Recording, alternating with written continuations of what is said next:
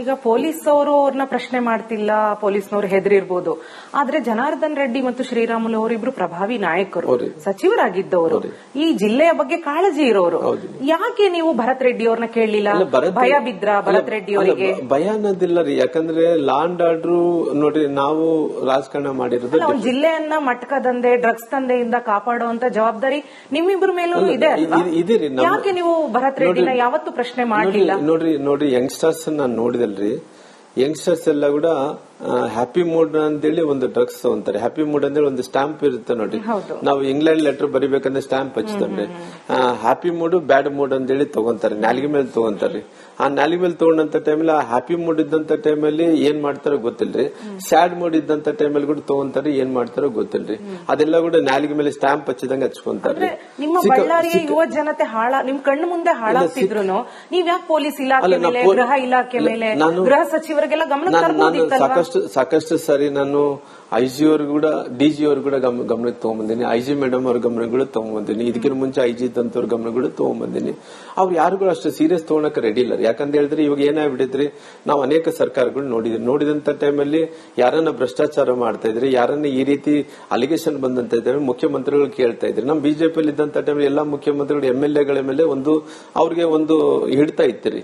ಇವಾಗ ಎಲ್ಲ MLA ಏನಾಗ್ಬಿಟ್ಟಿತ್ತು, 224 ಮಂದಿ MLA ಅವ್ರು 130 ಮಂದಿ ಏನ್ ಗೆದ್ದಾರ, ಅವ್ರಿಗೆಲ್ಲ ಏನ್ರಿ ಅಂದ್ರೆ ಇಂಡಿಪೆಂಡೆಂಟ್ ರೀ, ಅವರೇ ಟ್ರಾನ್ಸ್ಫರ್ ಮಾಡಬಹುದು, ಅವರೇ ಇಲ್ಲಿಗಲ್ ಸ್ಯಾಂಡ್ ವ್ಯಾಪಾರ ಮಾಡಬಹುದು, ಏನ್ ಬೇಕಾದ್ರೂ ಕೂಡ ಮಾಡ್ಕೊಂಡು ದುಡ್ಡು ದುಡ್ಕೋಬೇಕನ್ನಂತ ಪರಿಸ್ಥಿತಿ. ನಾಳೆ ಸರ್ಕಾರ ಬರುತ್ತೇನೆಲ್ಲ ಗೊತ್ತಿಲ್ಲ ಅನ್ನಂತ ರೀತಿಯಲ್ಲಿ ಅವ್ರು ಸಿಕ್ಕಾಪಟ್ಟಿ ಕರಪ್ಷನ್ ಮಾಡೋದು.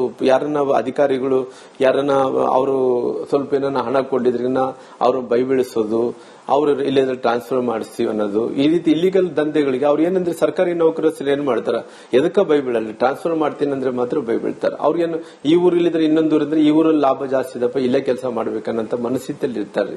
ಟ್ರಾನ್ಸ್ಫರ್ ಅಂದ್ರೆ ಬೈಬೀಳಂತ ಟೈಮ್ ನಮ್ಮ ಹತ್ರ ಅಧಿಕಾರ ಇಲ್ಲ, ಟ್ರಾನ್ಸ್ಫರ್ ಮಾಡಕ್ಕಾಗಲ್ಲ. ಬಹಳಷ್ಟು ಸರಿ ಮಾತಾಡಿದ್ರು ಯಾವ್ದು ಕೂಡ ಸೀರಿಯಸ್ನೆಸ್ ಯಾರು ತಗೊಂಡಿಲ್ರಿ. ಇದೇ ಬಾರಿ ನಾವು ಮಾತಾಡಿದಂತ ಟೈಮಲ್ಲಿ ಇಷ್ಟು ಸೀರಿಯಸ್ ಆಗ್ತಾ ಇದ್ರಿ.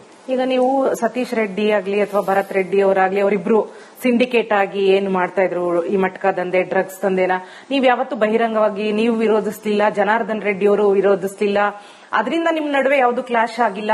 ಆದ್ರೂನು ಈ ಬಳ್ಳಾರಿ ಘಟನೆ ನಡೆದಿದ್ ಯಾಕೆ ಹೊಸ ವರ್ಷದ ದಿನ?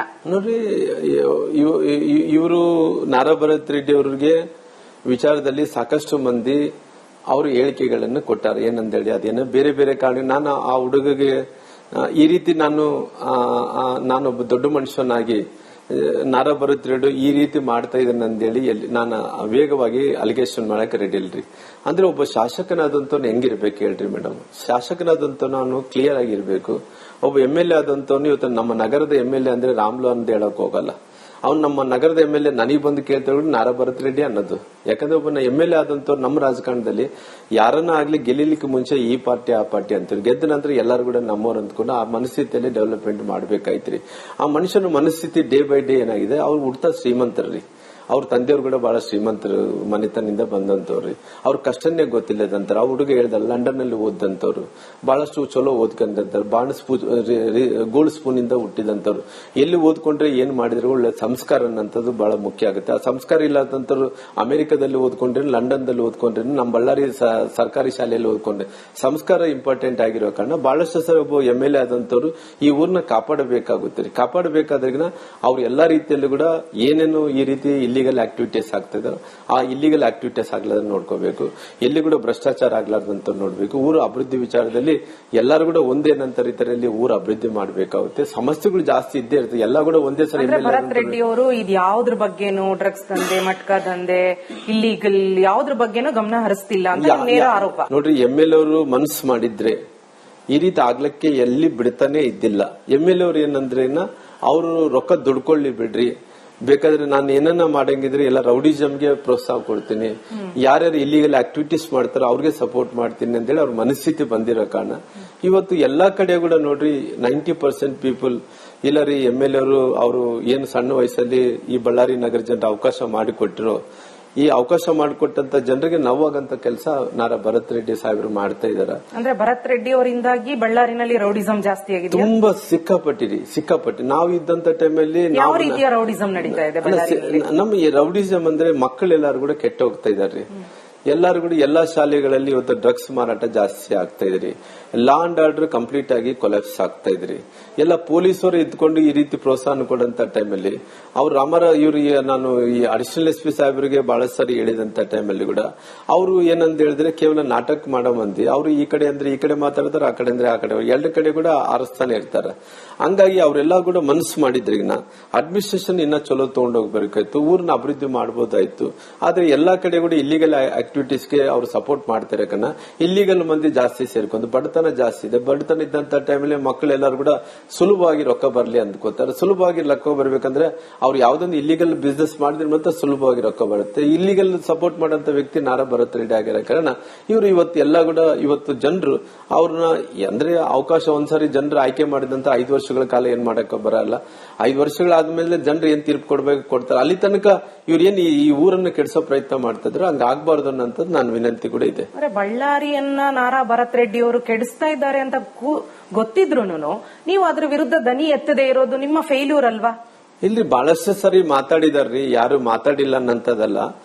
ಆ ಇಂಪ್ಲಿಮೆಂಟೇಷನ್ ಯಾಕೆ ನೀವು ನಾರಾ ಭರತ್ ರೆಡ್ಡಿ ವಿರುದ್ಧ ಬೀದಿಗೆ ನಿಲ್ಲಿಲ್ಲ? ಜನಪರವಾಗಿ ಯಾಕೆ ನೀವು ದನಿ ಎತ್ತಲಿಲ್ಲ? ನೋಡಿ, ತುಂಬಾ ಸಾರಿ ನಾವು ಅನೇಕ ವಿಚಾರಗಳಲ್ಲಿ ಕೂಡ ನಾವು ಧ್ವನಿ ಎತ್ಕೊಂತ ಬಂದಿದೀವಿ. ಈ ನಾರಾ ಭರತ್ ರೆಡ್ಡಿ ಅವರು ಇನ್ಸಿಡೆಂಟ್ ಬಹಳಷ್ಟು ಸಾರಿ ಯಾವ್ಯಾವ ಸಣ್ಣ ಪುಟ್ಟ ಮಾಡಿದಂತ ಟೈಮಲ್ಲಿ ಕೂಡ ನಾನು ಡ್ರಗ್ಸ್ ವಿಚಾರದಲ್ಲಿ ತುಂಬಾ ಸರಿ ನನಗೆ ಹೇಳಿದ್ರು, ರಾಮ್ಲವ್ರೆ ನೀವ್ ಹೆಂಗ್ ಹೇಳ್ತೀರಿ ಡ್ರಗ್ಸ್ ಮಾರಾಟ ಆಗ್ತಾ ಇದೆ, ನಿಮ್ಮ ಹತ್ರ ಎವಿಡೆನ್ಸ್ ಏನಿದೆ ಅಂತ ಕೇಳಿದ್ರು. ನಾನು ಎವಿಡೆನ್ಸ್ ಏನಿದೆ ಅನ್ನೋ ಟೈಮಲ್ಲಿ ಎಲ್ಲಾ ಕಡೆ ಕೂಡ ಇವತ್ತು ಬಳ್ಳಾರಿ ನಗರದಲ್ಲಿ ಎಲ್ಲೆಲ್ಲಿ ಲೇಔಟ್ಗಳಲ್ಲಿ ಇದ್ದಾರೋ 2 ವೀಲರ್ ಬಂದು ಅಲ್ಲಿ ಹೋಗಿ ಒಂದು 4-5 ಸ್ಪಾಟ್ ಮಾಡ್ಕೊಂತಾರೆ. ಮಕ್ಕಳು ಕಾಲೇಜ್ ಮಕ್ಕಳೆಲ್ಲ ಕೂಡ ಬಂದು ಓಪನ್ ಆಗಿ ಖರೀದಿ ಮಾಡ್ಕೊಂಡು ಹೋಗ್ತಾರೆ. ಅದು ಬಹಳಷ್ಟು ಸಾರಿ ನಾನು ಹೇಳಿದ್ದೀನಿ, SP ಸಾಹೇಬರು ಕೂಡ ಹೇಳಿದ್ದೀನಿ. ಅದೇ ರೀತಿಯಲ್ಲಿ ಕೂಡ ಈ ಮಟ್ಕ ದಂಧೆ ಓಪನ್ ಆಗಿ ನಡೀತಾ ಇದ್ರೆ ಆ ವಿಚಾರ ಕೂಡ ಎಲ್ಲಾ ಕಡೆ ಹೇಳಿದ್ವಿ. ಇವತ್ತು ಇಸ್ಪೇಟೆಲೆ ದಂಧೆ ಕೂಡ ಸಾಕಷ್ಟು ಕಡೆ ನಡೀತಾ ಇದ್ದಾರೆ, ಇಲ್ಲಿಗಲ್ ಆಕ್ಟಿವಿಟೀಸ್ ನಡೀತಾ ಇದ್ರಿ. ಅಂದ್ರೆ ನೀವು ಇದೆಲ್ಲ ಬರೀ ಪೊಲೀಸ್ನವ್ರ ಗಮನಕ್ಕೆ ತಂದ್ಬಿಟ್ಟು ಸುಮ್ಮನಾಗ್ಬಿಟ್ರಿ. ಅದ್ರ ವಿರುದ್ಧ ಒಂದು ಜನಾಂದೋಲನ ಯಾಕೆ ಮಾಡಿದ್ರಿ? ಭಾರತೀಯ ಜನತಾ ಪಾರ್ಟಿಯಿಂದ ಸಾಕಷ್ಟು ಹೋರಾಟಗಳು ಮಾಡಿದ್ರಿ. ಈ ನಾರಾ ಭರತ್ ರೆಡ್ಡಿ ಅವರು ಇನ್ಸಿಡೆಂಟ್ ಬಹಳಷ್ಟು ಸಾರಿ ಯಾವ್ಯಾವ ಸಣ್ಣ ಪುಟ್ಟ ಮಾಡಿದಂತ ಟೈಮಲ್ಲಿ ಕೂಡ ನಾನು ಡ್ರಗ್ಸ್ ವಿಚಾರದಲ್ಲಿ ತುಂಬಾ ಸರಿ ನನಗೆ ಹೇಳಿದ್ರು, ರಾಮ್ಲವ್ರೆ ನೀವ್ ಹೆಂಗ್ ಹೇಳ್ತೀರಿ ಡ್ರಗ್ಸ್ ಮಾರಾಟ ಆಗ್ತಾ ಇದೆ, ನಿಮ್ಮ ಹತ್ರ ಎವಿಡೆನ್ಸ್ ಏನಿದೆ ಅಂತ ಕೇಳಿದ್ರು. ನಾನು ಎವಿಡೆನ್ಸ್ ಏನಿದೆ ಅನ್ನೋ ಟೈಮಲ್ಲಿ ಎಲ್ಲಾ ಕಡೆ ಕೂಡ ಇವತ್ತು ಬಳ್ಳಾರಿ ನಗರದಲ್ಲಿ ಎಲ್ಲೆಲ್ಲಿ ಲೇಔಟ್ಗಳಲ್ಲಿ ಇದ್ದಾರೋ 2 ವೀಲರ್ ಬಂದು ಅಲ್ಲಿ ಹೋಗಿ ಒಂದು 4-5 ಸ್ಪಾಟ್ ಮಾಡ್ಕೊಂತಾರೆ. ಮಕ್ಕಳು ಕಾಲೇಜ್ ಮಕ್ಕಳೆಲ್ಲ ಕೂಡ ಬಂದು ಓಪನ್ ಆಗಿ ಖರೀದಿ ಮಾಡ್ಕೊಂಡು ಹೋಗ್ತಾರೆ. ಅದು ಬಹಳಷ್ಟು ಸಾರಿ ನಾನು ಹೇಳಿದ್ದೀನಿ, SP ಸಾಹೇಬರು ಕೂಡ ಹೇಳಿದ್ದೀನಿ. ಅದೇ ರೀತಿಯಲ್ಲಿ ಕೂಡ ಈ ಮಟ್ಕ ದಂಧೆ ಓಪನ್ ಆಗಿ ನಡೀತಾ ಇದ್ರೆ ಆ ವಿಚಾರ ಕೂಡ ಎಲ್ಲಾ ಕಡೆ ಹೇಳಿದ್ವಿ. ಇವತ್ತು ಇಸ್ಪೇಟೆಲೆ ದಂಧೆ ಕೂಡ ಸಾಕಷ್ಟು ಕಡೆ ನಡೀತಾ ಇದ್ದಾರೆ, ಇಲ್ಲಿಗಲ್ ಆಕ್ಟಿವಿಟೀಸ್ ನಡೀತಾ ಇದ್ರಿ. ಅಂದ್ರೆ ನೀವು ಇದೆಲ್ಲ ಬರೀ ಪೊಲೀಸ್ನವ್ರ ಗಮನಕ್ಕೆ ತಂದ್ಬಿಟ್ಟು ಸುಮ್ಮನಾಗ್ಬಿಟ್ರಿ. ಅದ್ರ ವಿರುದ್ಧ ಒಂದು ಜನಾಂದೋಲನ ಯಾಕೆ ಮಾಡಿದ್ರಿ? ಭಾರತೀಯ ಜನತಾ ಪಾರ್ಟಿಯಿಂದ ಸಾಕಷ್ಟು ಹೋರಾಟಗಳು ಮಾಡಿದ್ರಿ.